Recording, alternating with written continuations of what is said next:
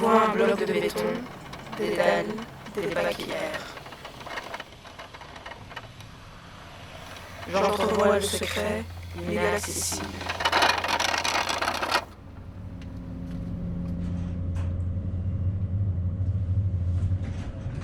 La frustration m'envahit. Je me sens impuissante, curieuse de voir ce qui s'y passe.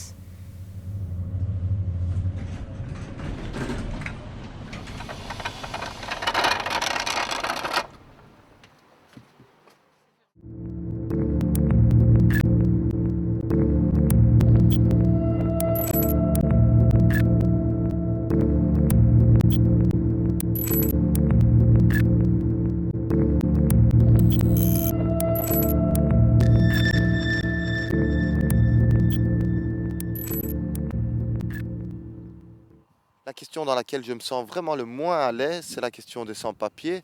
Pas à cause d'eux que je suis mal à l'aise au contact des sans-papiers, ou c'est vraiment mal à l'aise par rapport à ce problème, à comment sortir de ce problème.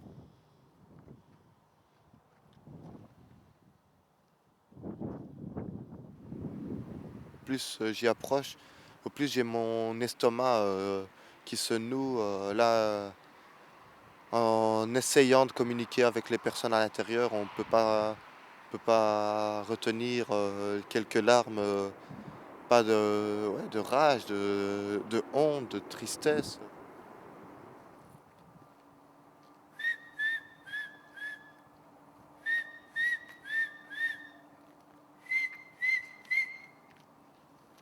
Comment tu t'appelles, frère? Je m'appelle Ben Slimane Nizar, Nationalité? tunisienne. Tunisienne. T'es en Belgique depuis combien d'années? Non, je suis en fait venu en Belgique pour visiter ma mère. Ma mère, elle est belge, elle a la nationalité, mais ils ne veulent pas que je la visite, ils ne veulent pas que je la voie. Ta maman a la nationalité belge? Ouais, monsieur. Et elle s'appelle Braham Sherifa, elle habite 29 George Square Marlow. Je vais tout refilmer Oui, oui, vous pour pouvez, il n'y a aucun entendre. problème. Je sais bien que je peux, frère. Ouais, je suis d'accord avec vous. Il vient de mourir, il y avait une femme qui vient de mourir dans l'autre pavillon des femmes. Ils ne l'ont pas déclaré, ils n'ont rien dit. Il y a déjà eu un mort il y a 6 ou 7 jours ici. Une femme qui a été morte aussi. Et où est la déclaration? Rien du tout. On aimerait bien pouvoir dire, peut-être que si un jour il y a un mort, ça changera l'opinion publique. Malheureusement, il y a déjà eu plusieurs morts. Ça n'a rien changé du tout. On voit le 127 bis qui est devenu trop vétuste maintenant. On a construit un nouveau. Je suis vraiment pessimiste pour le futur. Moi, quand je vois un centre comme ça, je mets aussi le prix derrière. Le prix d'un centre comme ça doit bien valoir 2 ou 3 écoles pour nos enfants. Je ne parle pas de mes enfants, je parle de nos enfants à nous tous. Un centre comme ça doit bien valoir quelques emplois. Un centre comme ça doit bien valoir quelques logements sociaux. Moi, je suis responsable de ce centre-là. Je travaille, je paye des contributions. Une partie de mes contributions a servi à payer ce centre-là. On pourra faire tout le bruit qu'on veut. J'ai l'impression que les sans-papiers qui sont là sont vraiment isolés du monde. On peut dire que ce sont des personnes en prison pour le simple fait qu'elles n'ont pas de papier, mais c'est aussi en isolement. Et l'isolement, la Ligue des droits de l'homme ou Amnesty International appellent ça la torture blanche.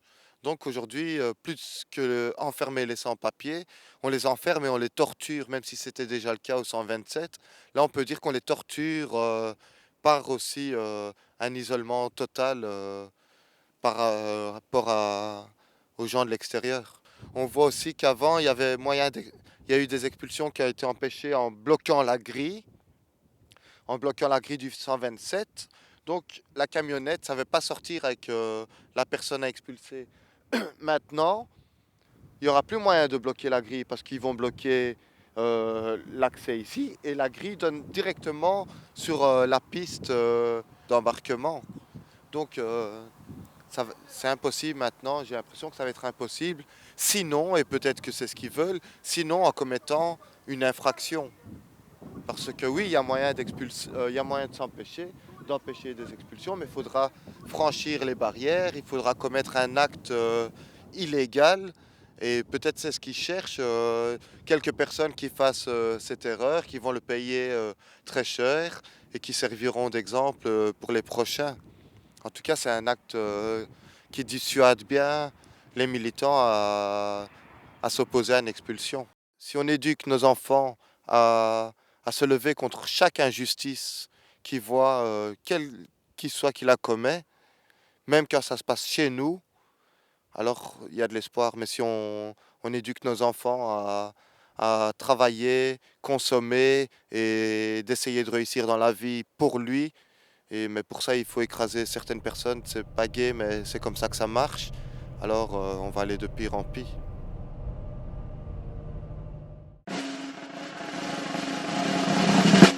Oyez, oyez, gente dame, annonce directe sur vos ondes. Monsieur Dedeur et sa compagnie Frontera sont ravis de pouvoir vous annoncer la venue prochaine de leur cirque Belga Paradise chez vous. Vous aurez la chance d'y découvrir et d'admirer de nouvelles espèces provenant de contrées lointaines, aux couleurs et pelages étrangement éblouissants. Vous serez également reçu dans un chapiteau flambant neuf, avec une capacité d'accueil inimaginable. Toute grande nouveauté, la durée du spectacle est tenue secrète afin de préserver l'effet de surprise. Enfin, vous apprendrez à connaître Rodolphe, le dompteur de ces dames, qui vous dévoilera son merveilleux pouvoir sur les animaux les plus féroces de ce cirque. Ah, j'apprends à l'instant que 2 de nos numéros seront annulés. Nous avons malheureusement dû nous séparer d'une de nos bêtes qui n'était plus conforme au spectacle. Et un des dangereux fauves se serait enfui de sa cage, mais pas de panique, me dit-on. Des chasseurs sont à sa poursuite. Réfugiés, expulsés. Demandeurs d'asile, expulsés. Sans-papiers, expulsés. Auteurs d'enfants, expulsés. Aventuriers, expulsés. Expulsez les réfugiés. Expulsez les sans-papiers. Expulsez les auteurs d'enfants. Expulsez. Expulsez. Je pense vraiment, et ça c'est l'expérience de partager des moments aussi avec des personnes qui ont été détenues ou même à l'extérieur, la criminalisation de l'étranger, elle est réelle. L'image que les personnes ont d'elles-mêmes quand elles sont dans un centre fermé, entourées de barbelés et gérées par des gardiens avec des clés et des portes qui s'ouvrent et qui se ferment, la perception de soi-même, elle est quand même, mais est-ce que je suis un criminel pour mériter ça ?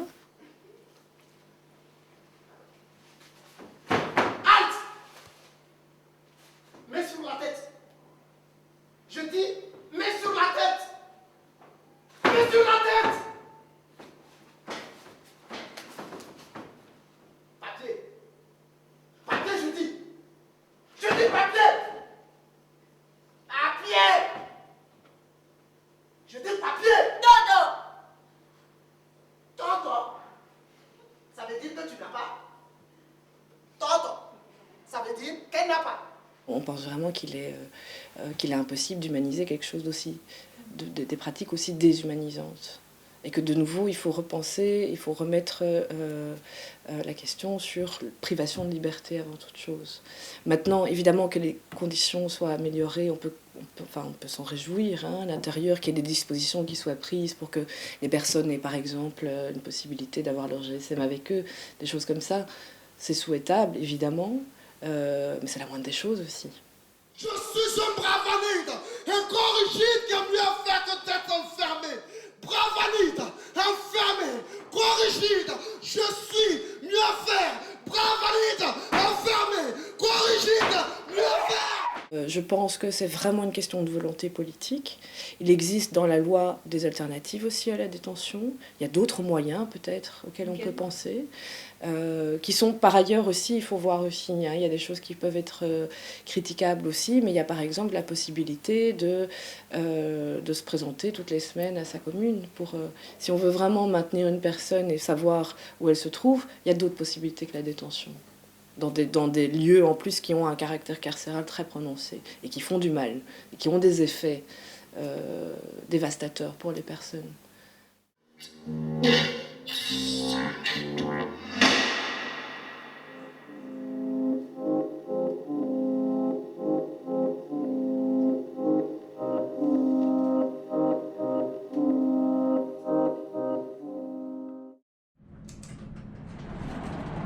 Les centres fermés ont été ma zone inconnue.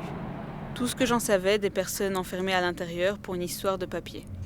À ce moment-là, je ne remettais pas forcément en cause la privation de liberté pour ces personnes ou encore la raison de leur détention.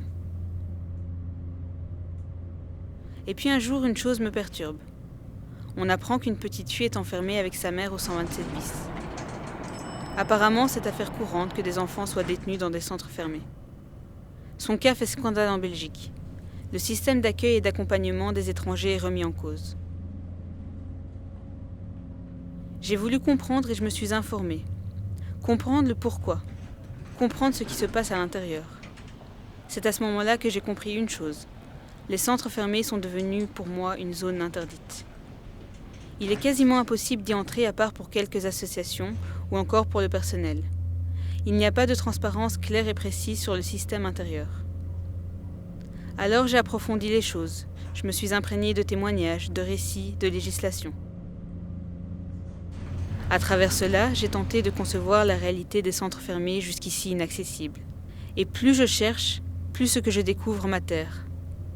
Aujourd'hui, je sais ceci. Les centres fermés sont une zone de non-droit. L'inhumanité et les conditions de survie prennent place derrière ces murs et ces grilles.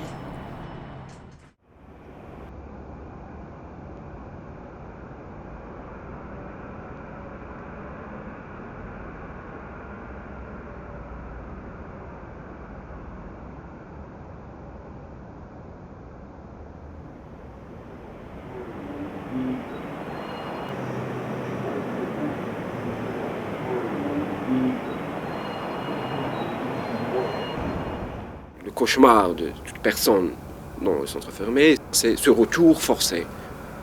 Il y en a qui passent des mois et des mois, mais moi c'était déjà l'enfer. On met des menottes et c'est considéré comme un criminel. Donc arrivé au centre, c'est aussi encore, comme j'ai dit, on recommence les mêmes procédures. J'ai quand même eu le droit à un avocat commis d'office parce que je n'avais pas les moyens de payer mon propre avocat. Un avocat avec qui j'ai eu un entretien d'1 minute avant l'audience. Ils disent que ce n'est pas des prisons, mais c'est des prisons. Les moments où il y a une privation de liberté, c'est une prison. Les moments où tout est calculé et que la personne n'a aucune liberté dans ses mouvements. Se lever à telle heure, il fallait vider les chambres pour les femmes de ménage, il fallait se diriger vers le réfectoire et il fallait manger par groupe, comme ça il n'y a pas de contact entre les groupes, donc c'était par roulement qu'il fallait manger. Après, pour avoir accès à l'air libre, il y avait une petite cour, donc c'était avec des horaires. Regarder la télé avec les horaires, et il n'y avait aucun contact avec le monde extérieur. Il n'y avait pas accès aux journaux, savoir ce qui se passe. Donc voilà.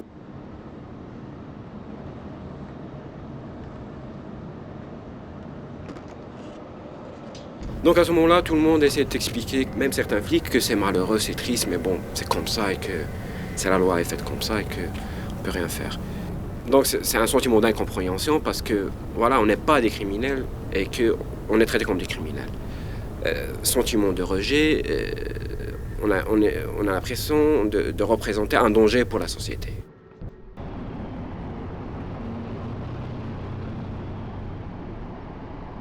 Ça ne résout pas les problèmes d'immigration. Ça ne ferme pas les frontières. Mais il y a toujours des sans-papiers qui arrivent. Pourquoi on continue dans cette politique qui ne fait que détruire des vies humaines?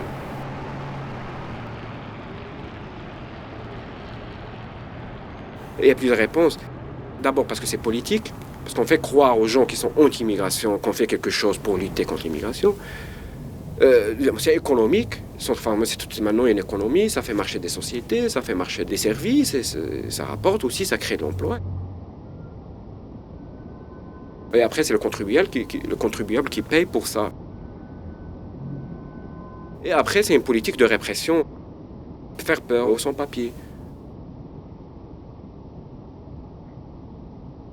Et on va faire peur à ceux qui rêvent encore de venir. Alors pour ceux qui vont venir après, ils savent que les centres fermés existent. Mais le jour où ils décideront de prendre les risques, ils prendront les risques. Et ce n'est pas les centres fermés qui vont empêcher l'immigration.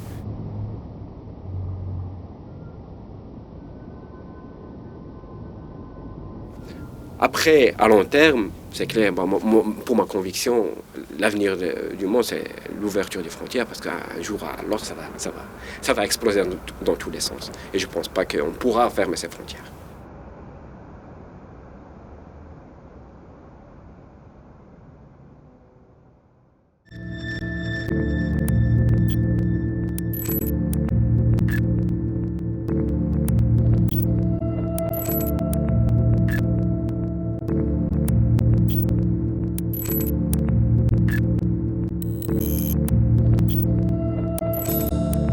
On a été dans un centre fermé parce que les émigrés, donc les gens qui viennent de dehors à mon époque en 2001, ceux qui n'avaient pas de papier, on les questionnait tout d'abord, pourquoi ils étaient là, pourquoi ils ont choisi la Belgique, qu'est-ce qu'ils souhaitent.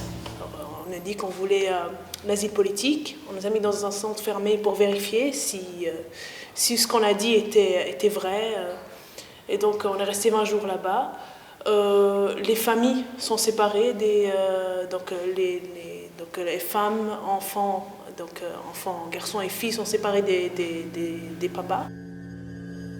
Moi, je voyais ma mère parfois pleurer, mais bon, pas beaucoup, parce qu'elle essayait de me cacher ça, mais moi, il n'y avait aucun impact sur moi, parce que j'avais 9 ans, je pensais à jouer, je m'en foutais. Pourquoi on a quitté l'Irak, pourquoi on est arrivé en Belgique, ça ne m'intéressait pas. Mais ma mère, oui, c'est ce que je disais, pour les adultes, c'est atroce d'attendre une réponse.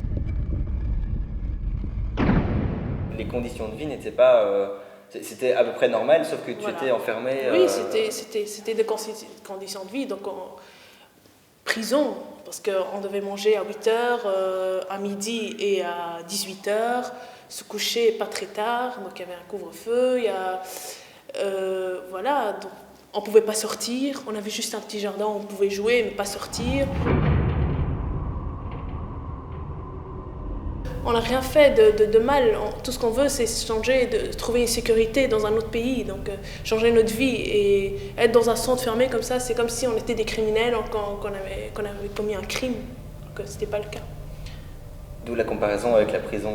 Voilà, c'est ça, c'est une prison, on ne peut pas sortir, il y a les policiers qui nous entourent, des barbelés, pas du tout. C'est interdiction de sortir. Pour se déplacer à l'hôpital, c'était des voitures fermées avec des barreaux et tout, on ne pouvait pas... Donc on voyait à travers des barreaux le dehors, mais on ne savait même pas où on était. Voilà, directement de l'aéroport vers le centre. Je trouve ça pas du tout normal de créer des centres fermés pour priver. Pourquoi? Ils n'ont rien fait de mal, ces gens-là. Il faut tout d'abord savoir ce qu'ils ont fait pour les emprisonner. C'est ce qu'on fait quand il y a quelqu'un qui a commis un crime. Tout d'abord, il y a un tribunal, il y a un jugement, il y a des juges qui jugent qu'il doit aller en prison. Et là, il n'y a pas de jugement, il n'y a rien directement. On les questionne et puis directement on les met dans des centres fermés alors qu'on ne sait pas ce qu'ils sont, on doit vérifier tout d'abord. Et non, je ne trouve pas que créer des centres fermés, pourquoi? Non, c'est pas justifiable pour moi. Peut-être c'était pas atroce, mais c'était triste de vivre dans des conditions comme ça, surtout pour ma mère. Moi, j'avais 9 ans, mais ça m'a poussée à vouloir faire quelque chose, de ma vie. Pour moi, peut-être que c'est pas le cas de tout le monde, mais pour moi, c'est ça. Un centre fermé, c'était un élément majeur dans la transformation. Vouloir être meilleur.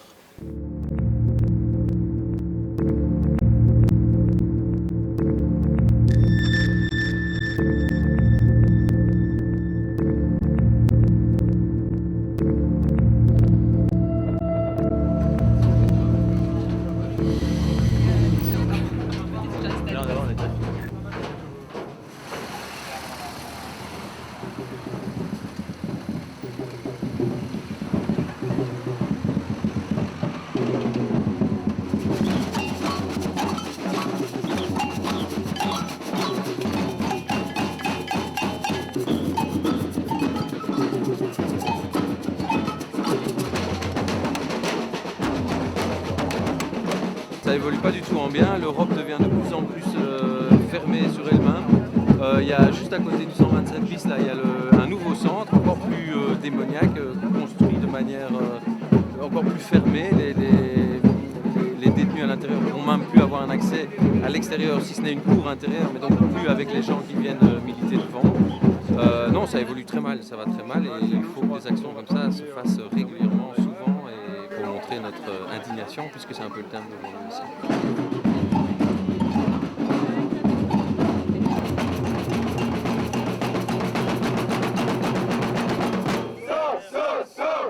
Solidarité avec les sans-papiers. Nous sommes tous des enfants d'immigrés. Première, deuxième, troisième génération. Libérez tous les prisonniers. Régularisez tous les sans-papiers. Il y a un slogan ici qui dit on est tous des enfants d'émigrés, première, deuxième, troisième génération, et moi personnellement c'est le cas. Et je trouve ça honteux que moi, ma famille, ils ont eu l'opportunité d'être ici, et voilà, on s'en est sorti, on est là, et qu'il y ait des gens comme ça, souvent parce que voilà, la situation économique fait que soi-disant on ne peut pas les accueillir, et bon, aussi le racisme qui est dans nos sociétés occidentales font qu'on légitime ce truc-là. Moi personnellement, je ne suis pas du tout d'accord avec ces politiques étatiques, surtout qu'ils font ça sans avorter l'opinion publique. Et bon, ici on est assez peu, mais qu'il y ait des gens qui puissent se mobiliser et que vous en parlez, moi je trouve ça vraiment bien. Liberté, circulation. Sans frontières, sans nation. Liberté, circulation. Sans frontières, sans nation.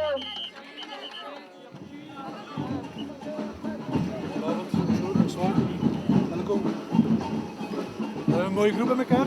Ja, mooi groep. Ja. Gaat u de verantwoordelijke of? Attends.